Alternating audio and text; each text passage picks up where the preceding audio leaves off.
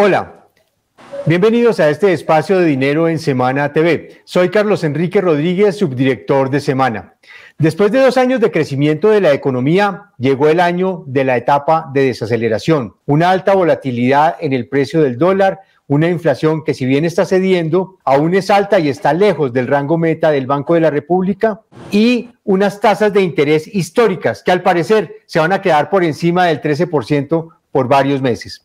El de restaurantes es uno de los sectores que se convierte en un termómetro para mirar el efecto de esta desaceleración, no solo en los segmentos de más altos ingresos, sino también en los populares corrientazos. Para analizar qué está pasando con este sector, nos acompaña el doctor Guillermo Gómez, presidente de Acodres. Doctor Gómez, bienvenido y muchas gracias por acompañarnos. La gratitud es mía. Muchas gracias. Vamos a tratar un tema muy importante y de interés para toda Colombia. ¿Cuál es la situación de los restaurantes hoy? ¿Cómo les fue en el primer semestre de este año? Los resultados son negativos. Estamos hablando de una caída en las ventas del 24%. Esto comparado con 2022, que fue un año muy bueno en términos de recuperación del consumo. Hoy estamos enfrentando las consecuencias de que el gobierno anterior no hubiera adoptado una herramienta tributaria de competitividad que nos permitiera tener cómo aguantar el golpe de la inflación. ¿A qué me refiero? Que durante la pandemia se logró una exención de IVA e impoconsumo a los restaurantes, y cuando el gobierno quiso reactivar este impuesto le pedimos que lo hiciera de manera gradual para tener una margen de maniobra. No se hizo y hoy tenemos este golpe de inflación que, sumado a la reactivación plena de este impuesto, pone en gran desventaja a la oferta gastronómica formal del país. ¿Qué está pasando con los costos hoy? Porque uno lo que empieza a mirar un poco es que en marzo la inflación llegó a su techo, empezó a descender, pero como venimos diciendo, todavía la inflación sigue siendo alta. Hemos visto varios titulares de prensa que nos hablan de que los precios de los alimentos comenzaron a ceder, pero los restaurantes no hemos visto en dónde. A nosotros nos siguen vendiendo los insumos a unos precios muy altos y esto obliga al restaurante a tener que subir precios en los menús.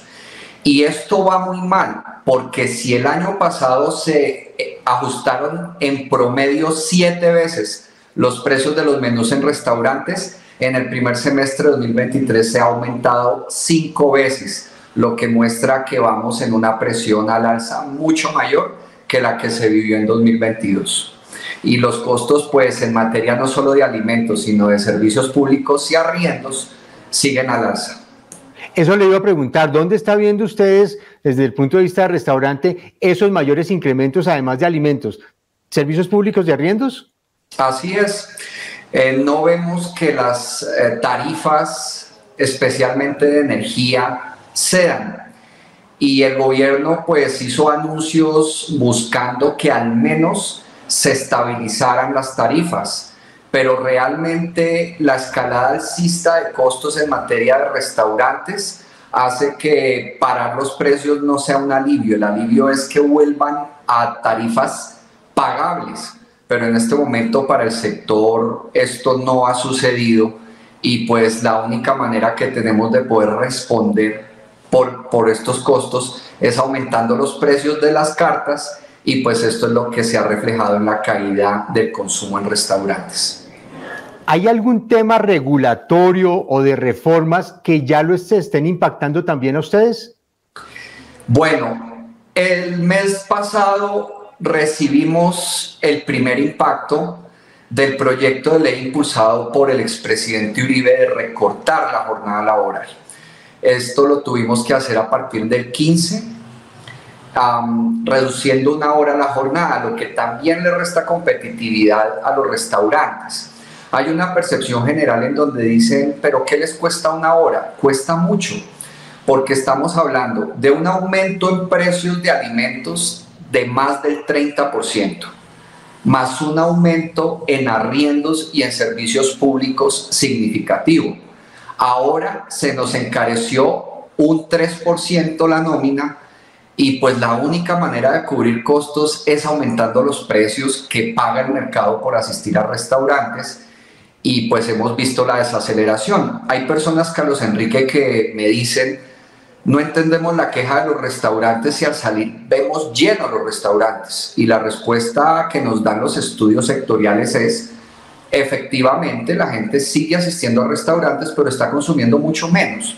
Entonces se privan de partes del menú que mejoraban los ingresos de un restaurante, como es pedir una entrada, pedir un postre, pedir bebidas alcohólicas. Hoy se están reduciendo, están prescindiendo de eso, y simplemente las familias y las personas están asistiendo por el plato fuerte. Y pues imagínese usted, con esa caída en ventas y esa imposibilidad de crecer, cómo se responde por costos que están permanentemente subiendo, como el caso de servicios públicos. No sé si se puede hacer el mismo paralelo cuando uno habla con las grandes cadenas de supermercados, que ellos dicen el tiquete promedio ha caído en tanto por ciento. Uno podría hacer más o menos el mismo paralelo en el restaurante de cuánto ha caído el tiquete promedio en el consumo de los colombianos. Por supuesto, la medición que hicimos para el primer semestre de 2023 nos arrojó una caída en el ticket de 0,7%, que hay que decir es una cifra que se vio favorecida por el Día de la Madre, que es el más importante en ventas en el país. Y hubo un sorpresivo repunte del Día del Padre, que a veces se hace mofa popular que el Día del Padre no se celebra. Pues curiosamente este año los colombianos hicieron el esfuerzo y fue un buen día, se presentaron buenas ventas. Eso hizo que la cifra acumulada del ticket en el semestre no fuera tan dramática, porque si quitáramos el Día del Padre y el Día de la Madre, hubiera sido mayor esa caída. ¿Qué tanto están subiendo los precios de los menús en comparación con enero? Es decir, si uno coge enero y coge junio, ¿cuántas veces han subido los precios de los menús y en qué porcentaje? Los precios de los menús han subido 5 veces en el primer semestre, que, como decía, es un indicador superior al del año pasado, que subió 7 veces. Si las cosas siguen como van, pues los menús van a subir este año 10 veces, que es 30% más de lo que se subieron precios en 2022. Y hay que explicarle algo a toda la sociedad. Un restaurante hace el mayor esfuerzo por no subir precios, porque precisamente sabemos que somos un sector muy sensible, con un cliente que siente los aumentos. A nosotros no nos sirve subir precios. Entonces los restaurantes hacen todo lo que esté a su alcance para no subir precios, y esto pues ha hecho que el aumento no pase en promedio del 12%. Pero si fuera por el ritmo en que crecen nuestros costos, debimos haber subido hasta el 30% de precios. Uno puede mirar un poco el escenario de los restaurantes en Colombia. ¿Cuántos restaurantes hay en el país y un poco cómo los catalogan? Porque pues una cosa son los restaurantes del Parque La 93 y otros pues el corrientazo al que usted o yo vamos en una jornada normal de trabajo cerca a nuestras oficinas. En Colombia se estima que existen 90.000 restaurantes, y hablamos de un estimado porque este es uno de los sectores más informales de la economía colombiana, donde apenas el 17%, que son cerca de 20.000 restaurantes, son formales. ¿Por qué? Porque estamos hablando de una actividad de subsistencia. La preparación de alimentos y bebidas es una alternativa a la cual acuden el 40% de colombianos que quedan por fuera del mercado laboral. Y eso hace que haya una informalidad grande, y ese es como el primer criterio para clasificar restaurantes. Ahora, dentro de los 20.000 que son formales, tenemos unas categorías que dependen del tipo de comida y de la calidad del servicio. Cuando hablamos del tipo de comida, encontramos las comidas rápidas, encontramos los restaurantes casuales y encontramos el fine dining o aquellos restaurantes de mantel que se ubican en la categoría de servicio más alta y de calidad de preparación de alimentos. En cuanto al tipo de comidas, nosotros clasificamos todo por comida criolla o comida colombiana. Tenemos la comida internacional y por supuesto lo que llamamos en Colombia cocina fusión y cocina de autor, que es donde los propietarios o los cocineros tratan de producir un menú en donde reflejen una identidad, una creatividad propia. Esas son, digamos, las tipos de oferta en los que se clasifica la gastronomía. Y hay uno último, como la gastronomía es tan heterogénea, en donde se clasifican, digamos, por tipo de negocio.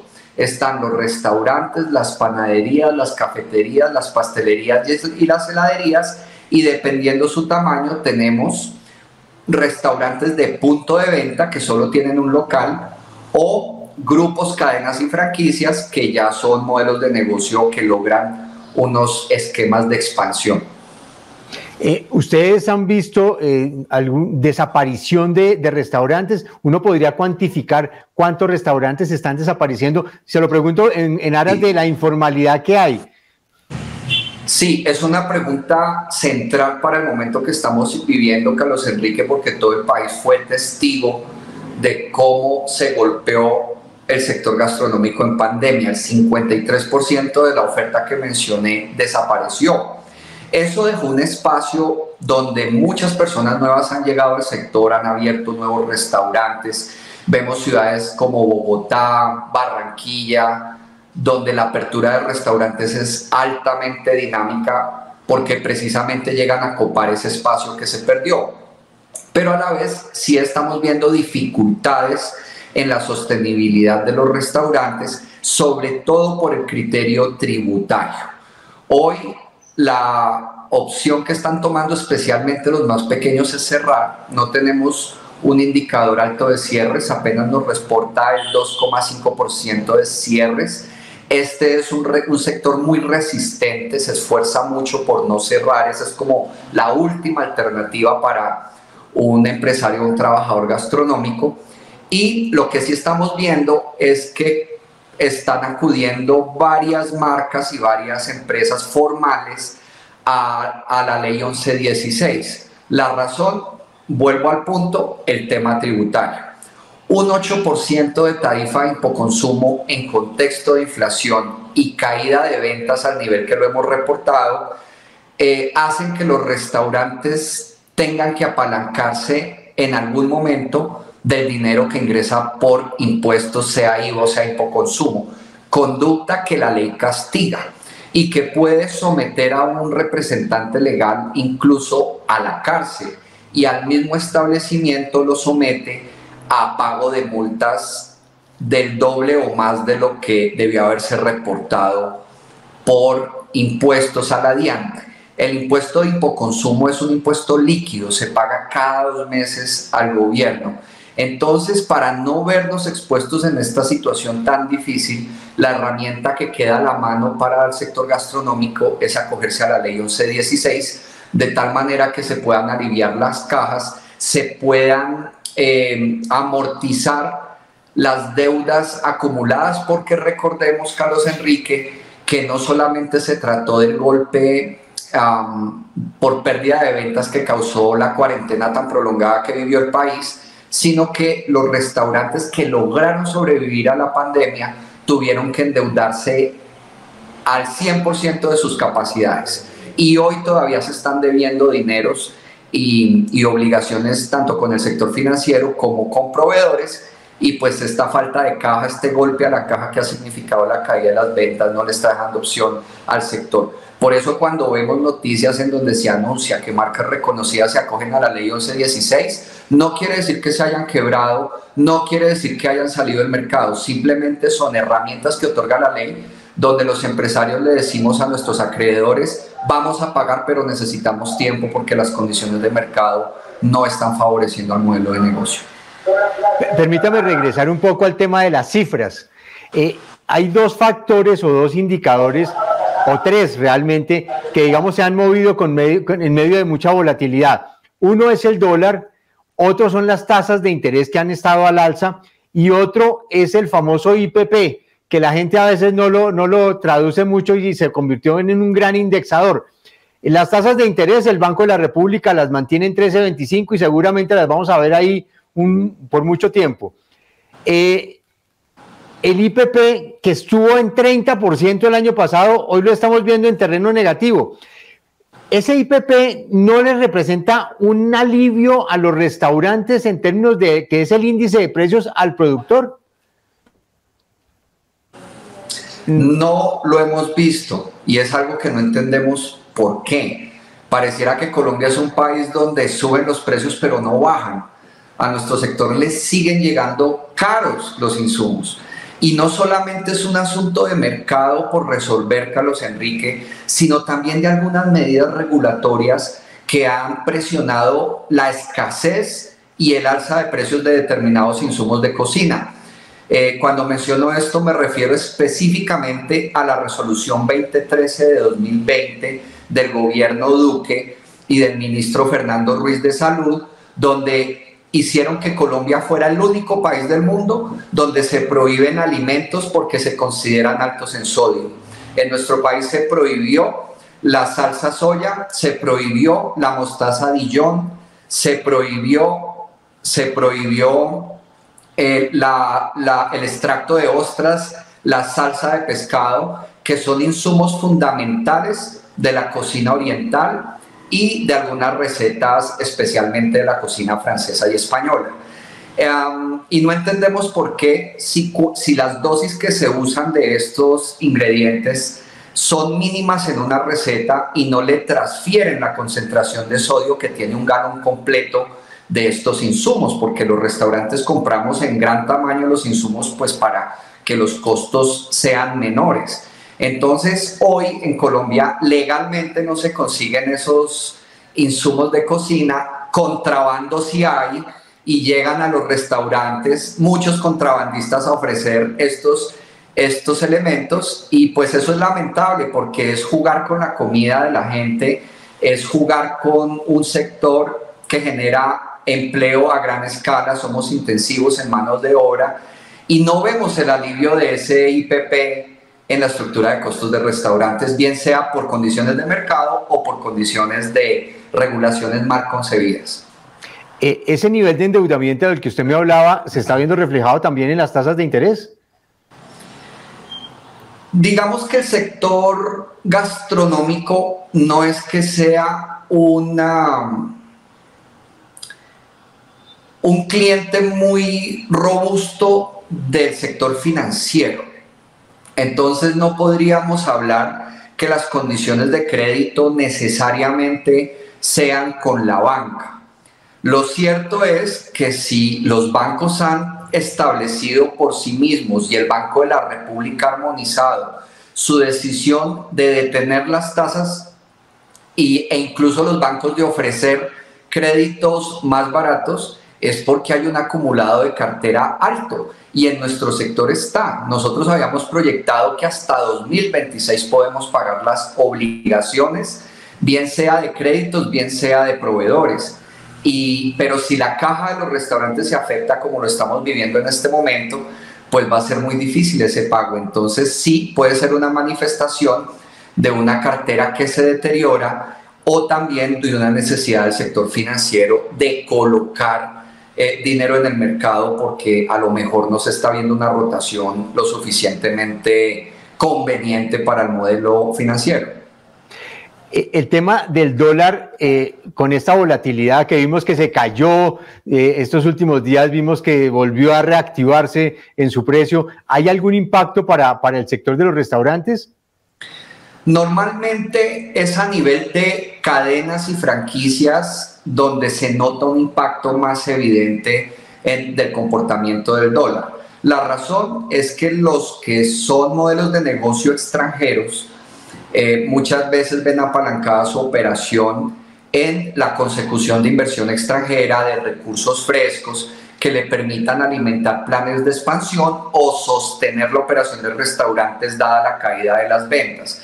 Entonces, por supuesto, son los que más resienten la volatilidad del dólar y lo que esperaríamos en un radio más amplio de medición del sector gastronómico, deberíamos ver reflejada, por ejemplo, la revaluación del dólar en los precios de alimentos importados. Pero insisto, el sector a la fecha no ha visto ningún alivio en términos de precios. De pronto, frutas, verduras, legumbres son las que han reflejado un menor precio de venta, pero el resto de insumos que son esenciales para la gastronomía, llámese aceites, carne de res, pollo y lácteos, no han bajado su precio.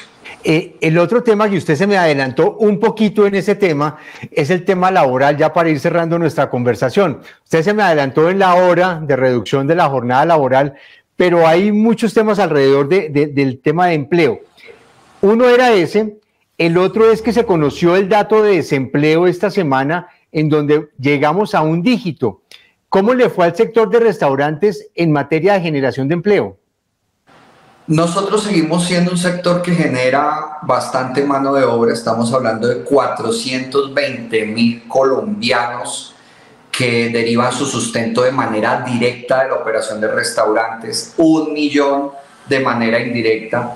Sin embargo, estamos viviendo varios fenómenos complejos, Carlos Enrique. El primero es que no se está encontrando personal para trabajar. Hay un fenómeno en Colombia muy similar al que se presentó en los países industrializados, que se denomina la gran renuncia, y es donde las generaciones más jóvenes tienen de alguna manera antipatía hacia trabajos que exigen disciplina, horario, subordinación, como es el caso de la gastronomía. Entonces tenemos antes déficit de personal, ha sido difícil copar posiciones en la operación de restaurantes. Y lo otro es que de alguna manera la actividad nuestra sumada con la de hoteles es la que, de acuerdo al DANE, reporta mejores indicadores de generación de empleo, porque, y acá hay una razón fundamental, si bien no se consigue la cantidad de gente que necesitamos para trabajar, sí es un sector que no tiene barreras de ingreso. ¿A qué me refiero? Que cualquier persona que quiera trabajar en gastronomía lo puede hacer. ¿Qué necesita? Disposición, tanto aprender como hacer caso, porque esta es la labor de la cocina, la labor del servicio. Se puede aprender rápido, pero es exigente, y si la persona quiere encontrar un proyecto de vida en la gastronomía, perfectamente lo puede hacer.